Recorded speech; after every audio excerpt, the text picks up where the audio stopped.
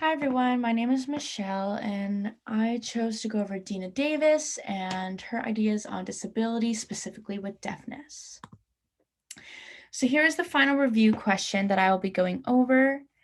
In this presentation, I'll be explaining Davis's argument that purposely selecting for deafness in a child is a harm and violates a child's right to an open future. And instead, I'll be arguing that deaf culture provides different choices that hold cultural value, with Sparrow's ideas and the communitarian model. And the reason why this is important is because a negative connotation with disability could lead to an extinction of culture and loss of diversity.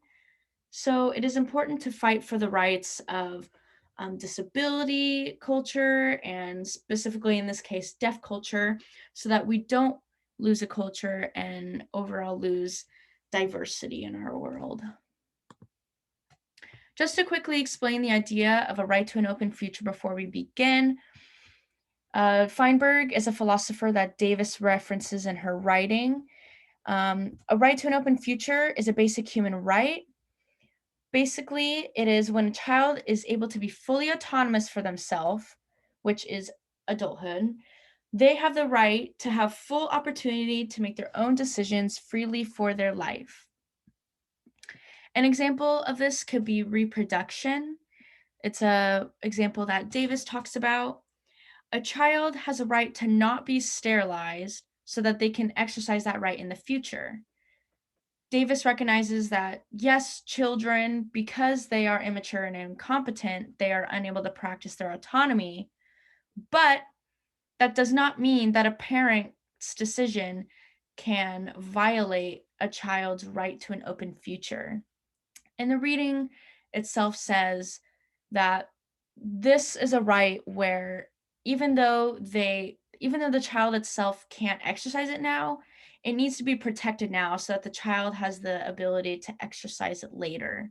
A child has a right not to be sterilized so that they have the opportunity and decision to possibly reproduce and have a family and have children in their future. Here's just a quick overview of Davis's argument in premise form, and I'll be going over her argument in these next slides. So our first premise is that it is wrong to violate a child's right to an open future. Davis believes that the theory of health is autonomy and it is not quality of life. So for an example, it doesn't matter if a surgeon performs a procedure on someone that takes away their pain with the disease. It doesn't matter if that pain goes away if the person was not able to consent to the surgery. So the surgery was done without the person's permission. It's not about whether a person's life gets better or not. It's about if the person was able to make their own decisions and act autonomously. Like I said earlier, children, because they're incompetent and immature, do not yet have full autonomy. So the parents do make decisions for the child, but the parent cannot make decisions that narrow a child's future life choices. This is violating a right to an open future. Dena Davis is all about having choices so that a person can act autonomously, fully in the future.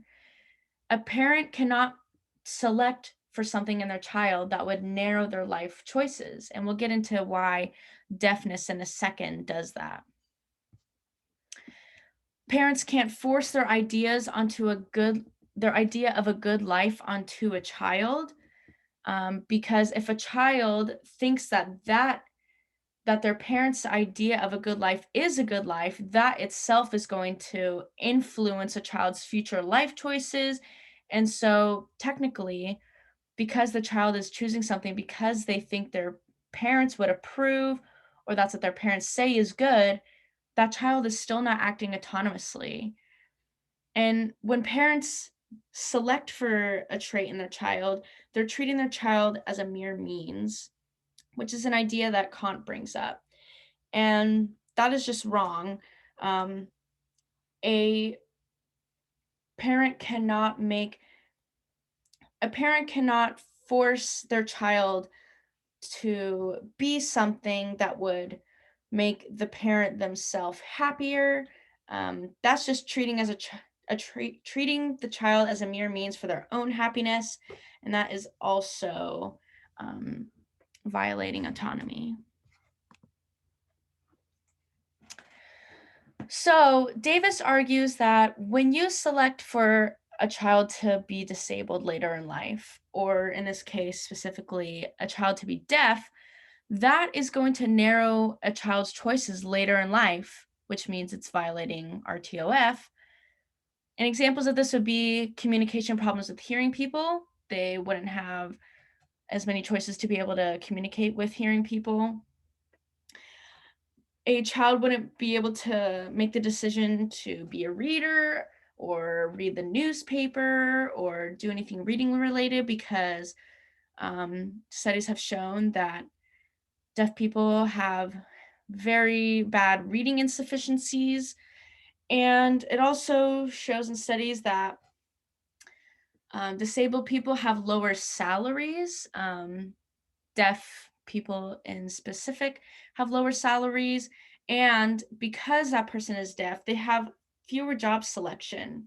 So because this child is deaf later in life, their life choices are going to be narrowed. They don't have as many selections for jobs and such. And she also argues that people should have a choice of communities. And unfortunately, a deaf child is being forced into one culture community. She believes that if a person is not deaf, they have more opportunities to join different cultures and be able to communicate with within people and within that culture. And with the disability piece, deafness, she claims, could either be a disability or a culture, but no matter what, they are still harms. So, for example, a disability narrows choices. Wheelchair, person isn't able to climb stairs. That is a harm. If deafness is a culture is still narrowing choices. A culture is telling someone that they have to abide by certain rules in order to be in the culture. That is also narrowing choices, and so that is also a harm. In contrast, Saxon and Sparrow think a disability is an important identity marker. Saxon claims that society should change instead of the disabled. We shouldn't be changing disabled people so that they can fit into our society, but instead we should change society so it can fit into the disabled people. And Sparrow argues that deafness is an important culture and it creates diversity. And in order to be able to have autonomy, you need to have diversity so that you can be able to pick from a variety of cultures and be autonomous in picking that culture. So now for my counter argument, I'm going to be counter arguing against Davis's premise 2, that selecting for deafness violates the right to an open future. So Sparrow discusses about this communitarian model. And the definition of this model is that deaf culture is valuable because it offers choices that include special values of the culture. I argue that it isn't about the narrowness of the choices, but instead, the question should be, do these choices bring value and meaning to life within the culture? It doesn't matter if you have many cultures, it doesn't matter if you have broader choices or many choices. It matters that these choices that you have are bringing meaning to your life and bringing meaning to your culture. And so not being part of a culture gives less meaningful value of choices. It gives a person purpose to make these choices. Culture gives a guideline to how a person should feel about life. And it is also dangerous for us to push our bias of choices onto other cultures, because it is wrong for us to assume that our choices should be what's also available for other people. We know that in different cultures and different communities, countries all around the world, people value different things. It's just the way of living. It is wrong for Davis to kind of shove her idea of what choices should be available to a person. What if a person doesn't value the same choices as Davis does? Instead, it should go from culture to culture, person to person, on what choices they believe they should have. And if being deaf in a person's eyes provides choices that they more align and agree with and they value with more, then they should be able to make those choices. They don't want to be given choices that they don't want to choose from. And especially deafness is important in offering close-knit community relationships and poetic language. These are examples of choices that a different person might value more. So in conclusion, Dena Davis is against disability, against selecting for deafness, because of the fact that it narrows a child's choices and it violates the right to an open future. But instead, it doesn't, because culture and deafness can provide different choices that have just as much or even more meaning in life.